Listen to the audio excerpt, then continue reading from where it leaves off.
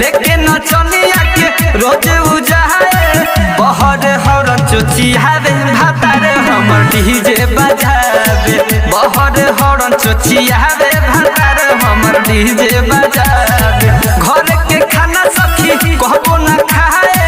लेकिन चनिया के रोज उजाए बहर हरन चोचियावे भातार साला डीजे बजावे बहर हरन चोचियावे भातार खाली डीजे बजावे करना मन कोने डीजे बजावे डीजे बजावे बहर हरन चोचियावे भातार खाली डीजे बजावे का कहि सखी रे अपन हम बतिया राती के रोज हमर बिगड़े हालतिया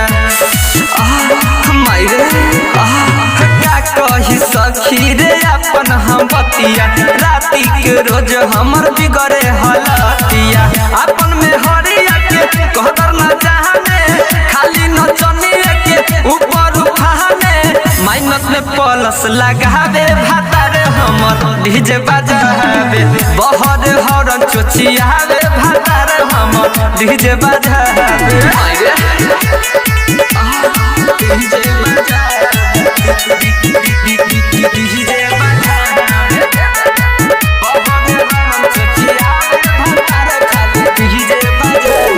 सरजीत प्रेमी के गाना बजावे वॉल्यूम के कम कबो वॉल्यूम बढ़ावे